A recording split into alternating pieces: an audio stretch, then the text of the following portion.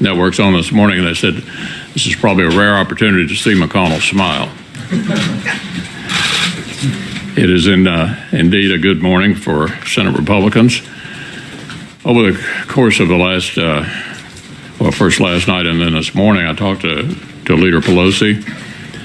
We discussed ways we might be able to find a way forward. She and I actually have had an opportunity to work together for a number of years when we were both on the Appropriations Committee. She had the Foreign Operations Subcommittee, and so did I. And so we're not unfamiliar with each other, and we'll probably have a lot more dealings with each other in the future. In looking at the race, I want to thank the president. He was extremely helpful to us in states where he is in excellent shape. He worked very hard and drew large crowds, and I think it clearly had a positive impact on the outcome. So with that, let me just throw it open and see what you'd like to talk about. Yes, ma'am. Leader McConnell, do you agree with the president's campaign rhetoric that the caravan is an invasion and that birthright citizenship should be dealt with at the presidential level? Yeah, I'll be happy to give you my own views on whatever you'd like to talk about, but I generally don't do a running commentary on the president's observations out on the campaign trail. Okay, yeah, so can you give me your views on those two issues? It's an interesting legal question that ultimately I assume would be solved in the courts. Yeah. The president said on the White House driveway last week that he would be willing to work with and compromise with Nancy Pelosi if she becomes the House Speaker. What do you believe are now the top legislative priorities with the divided rule? Well, first, we have to finish this session, and we have a number of items extant. We have to finish the Farm Bill, we have to finish funding the government. The one issue that Leader Pelosi and I discussed this morning is where there could be a possible bipartisan agreement would be something on infrastructure. Look, there'd be a lot of other things. I think I'm not putting you all down, but when we do things together, it almost never makes any news. Even in this current situation where we have Republicans in control of all three branches, I have a long list here of things we did on a bipartisan basis, from water infrastructure, the best appropriations process in 20 years, airport infrastructure, FDA authorization, on and on and on. I mean, there are plenty of things that we work together on, and I always have to tell constituents who think we all hate each other that the Senate's a pretty collegial place, and even though we had obviously big differences over things like taxes and judges, there were plenty of other things we did together, and there's no reason that would stop simply because the House now becomes Democratic. But other than infrastructure, what big issues are there? Well, we'll see. We'll see. I mean, we'll see. That will all be discussed. Yeah, so, will you insist on getting $5 billion for the president's border wall in this upcoming spending? Well, we're certainly going to try to help the president achieve what he'd like to do with regard to the wall and border security. And that'll obviously have to be done on some kind of bipartisan, some kind of bipartisan discussion. Leader McConnell. Yeah. Any observations on the Kavanaugh effect? Very helpful. Yeah, I think the Republican sort of core voters in the states that were critical to us were highly offended by the questioning of the presumption of innocence and the tactics. And I think it was like an adrenaline shot. We were worried about lack of intensity on our side, and I think the Kavanaugh fight certainly provided that and was extremely helpful. It's noteworthy that the one Democrat in a red state who survived voted for Kavanaugh, Joe Manchin. You credited the president for his work for the Democrats and red states, but you obviously lost the House last night too. So I'm wondering what kind of impact do you think the president's rhetoric in the last couple of weeks is having on your party, particularly with women voters and suburban voters and some of those key races? Yeah, I'm going to try not to have us waste our time on sort of routine questions about what the president may say at any given moment. Look, I'm here to talk about the Senate. We had a very good day. Proud of what happened. The president was very helpful to us. Yeah. Leader McConnell, if you look at the exit polls, one of the most important issues to voters was healthcare. Do you take away from that the message that any effort to repeal ACA at this point is dead? Well, I think it's pretty obvious the Democratic House is not going to be interested in that. There are serious problems with Obamacare, serious problems that need to get fixed. They raised the phony issue of whether or not we were for or against pre-existing conditions. And I suspect it may have worked some places, fortunately, in our races, even though they tried to define health care on that issue. I think all of our candidates who subsequently won were able to make clear to the voters that that everybody we knew was in favor of covering pre-existing conditions, including the candidates like Hawley and Braun and others. So the rhetoric doesn't solve the problem, and there are serious problems with Obamacare, and I think we're going to have to obviously now try to address that on a bipartisan basis. Leader McConnell. Yeah. Both Leader Pelosi and the president talked about fighting high prescription drug prices. Do you think that that's something the Senate could work with Pelosi on? Yeah, I can't imagine that won't be on the agenda. Leader McConnell. Yeah. Leader McConnell, is there anything that the Senate Republicans could or would do to help President Trump in the event that Democrats in the House attempt to seize his tax returns? I'm sorry, I'm having a hard time with you. What would Senate Republicans do in the event that the House Democrats try to obtain President Trump's tax records? Well, you know, the whole issue of presidential harassment is interesting. I remember when we tried it in the late 90s. We impeached President Clinton. His numbers went up and ours went down, and we underperformed in the next election. So the Democrats in the House will have to decide just how much presidential harassment they think is good strategy. I'm not so sure it'll work for them. Senator McConnell. Yeah. So just to go back to that, are you recommending that for House Democrats that the oversight that they have said that they're going to do might backfire on them? Or are you saying that? No, they're not interested in my recommendations. All I'm doing is making a historical observation that the business of presidential harassment, which we were deeply engaged in the late 90s, improved the president's approval rating and tanked ours.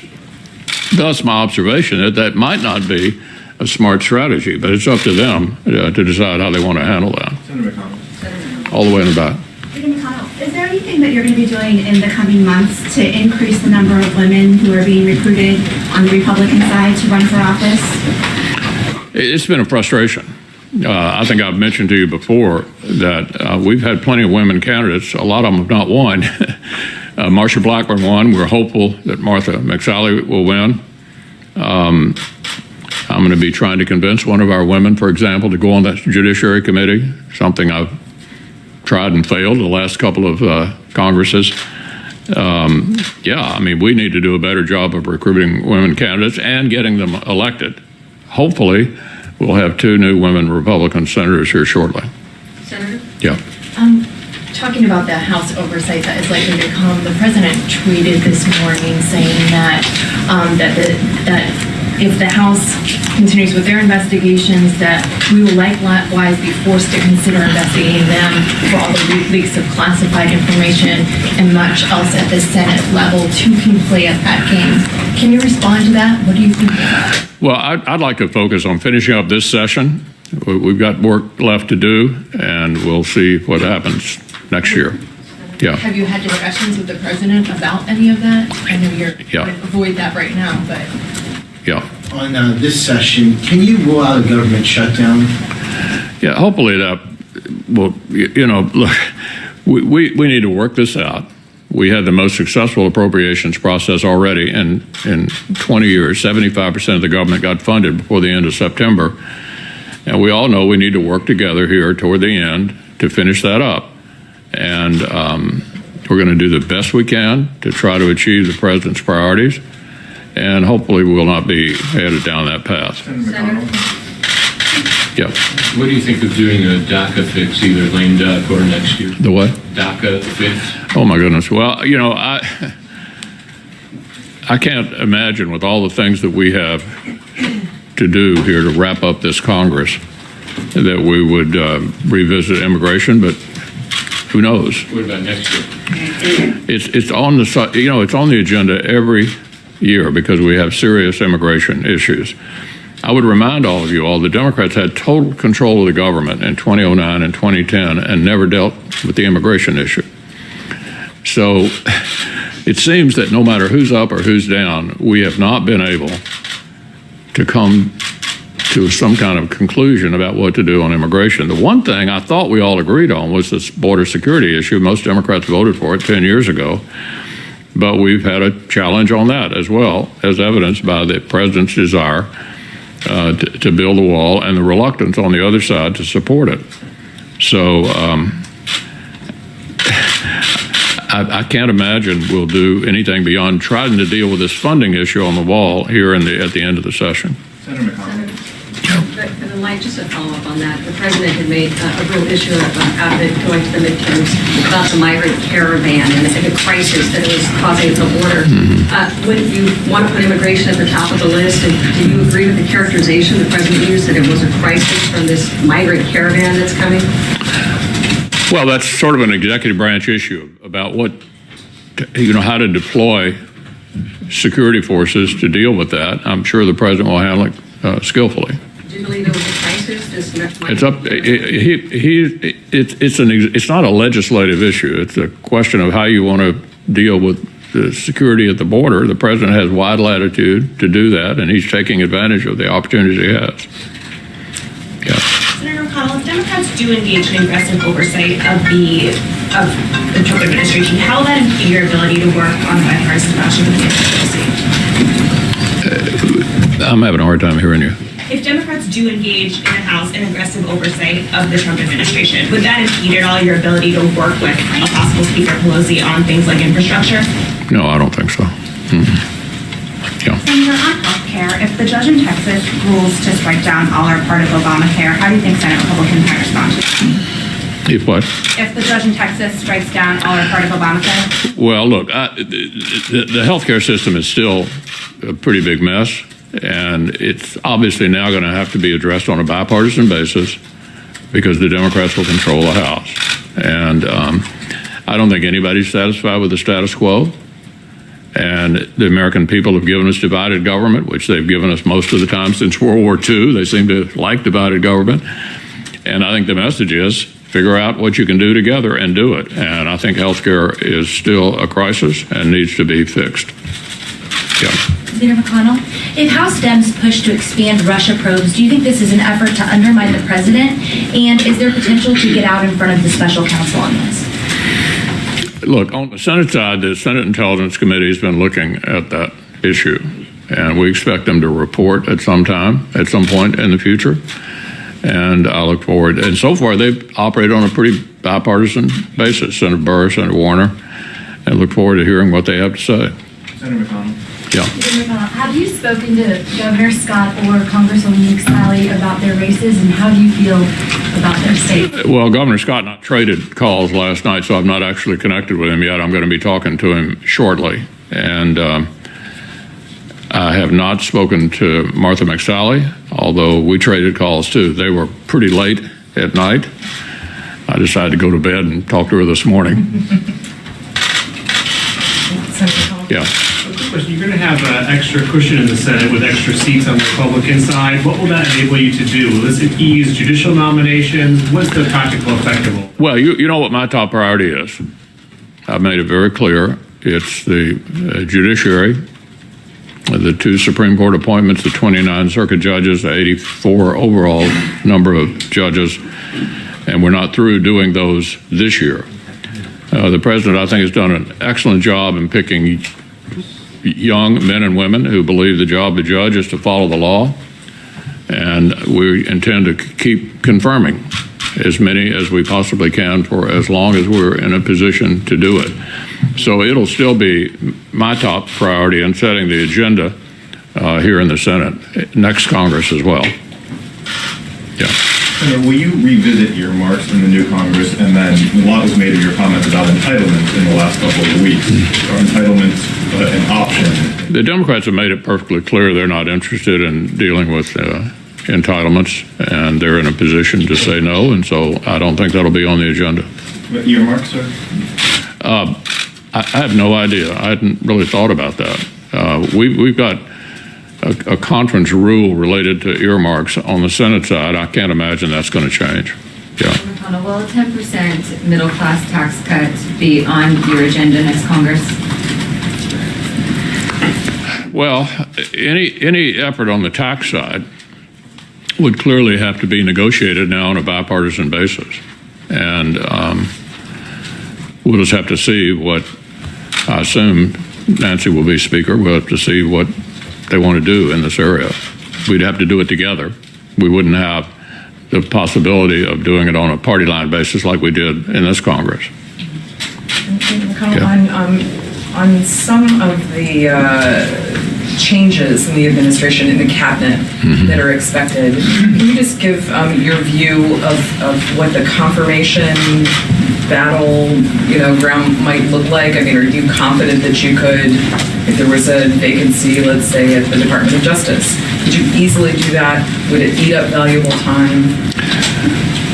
Well, I think we'll have probably more time for nominations in the next Congress than we've had in this one, because the areas of legislative agreement will be more limited, I think, obviously, between a Democratic House and a Republican Senate.